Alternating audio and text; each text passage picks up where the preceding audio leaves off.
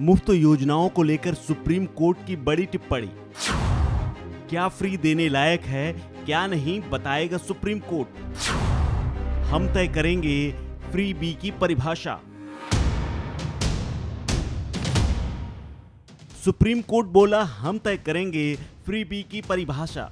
राजनीतिक पार्टियों के वादे और मुफ्त योजनाओं के बारे में सुप्रीम कोर्ट ने बड़ी बात कही है। सुप्रीम कोर्ट ने फ्री बी के मुद्दे को लेकर जल्द से जल्द निर्णय करने के संकेत दिए हैं।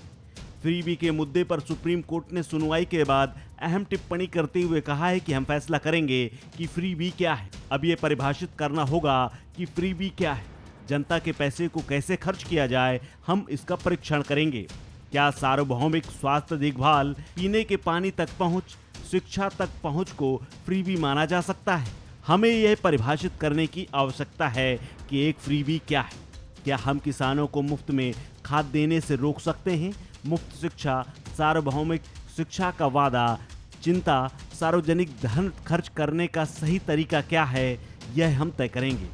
क्या कोई मुफ्त लंच दे सकता है?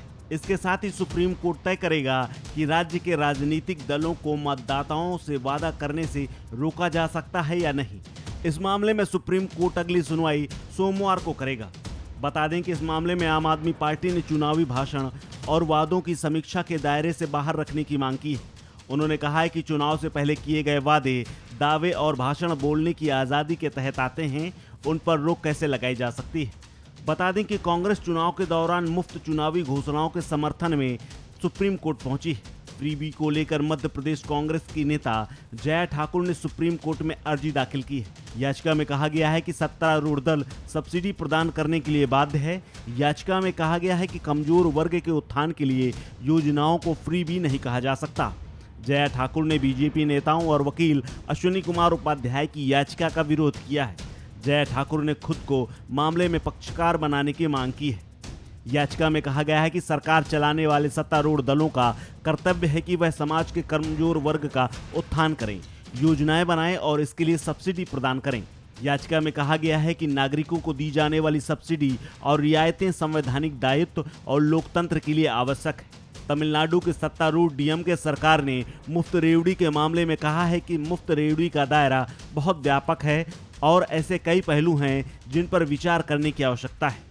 मुख्यमंत्री एमके स्टालिन की डीएमके ने अपनी याचिका में तर्क दिया है कि केवल राज्य सरकार द्वारा शुरू की गई कल्याणकारी योजनाओं को फ्री बी के रूप में वर्गीकृत नहीं किया जा सकता। याचिका में कहा गया है कि केंद्र में सत्तारूढ़ सरकार विदेशी कंपनियों को टैक्स में छूट दे रही है, प्रभावशाली उद्योगपतियों के कर्ज की माफी की जा रही है। वहीं दूसरी तरफ केंद्र सरकार ने फ्री बी कल्चर का कड़ा विरोध किया है। एसजी तुषार मेहता ने कहा कि अब इस मुफ्तखोरी की संस्कृति को आर्ट के स्तर पर ऊंचा कर दिया गया है और अब चुनाव केवल इसी आधार पर लड़ा जाता है कि यदि मुफ्त उपहारों को लोगों के कल्याण के लिए माना जाता है तो यह आपदा की ओर ले जाएगा। ये एक खतरनाक स्तर है।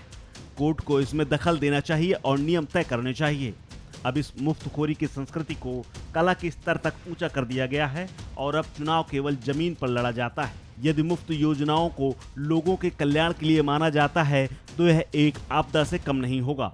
बता दें कि सीजीआई एनवी रमन्ना ने कहा था कि अर्थव्यवस्था का पैसा लुटाना और लोगों का कल्याण दोनों को संतुलित करने की जरूरत, इसलिए यह बहस होनी चाहिए।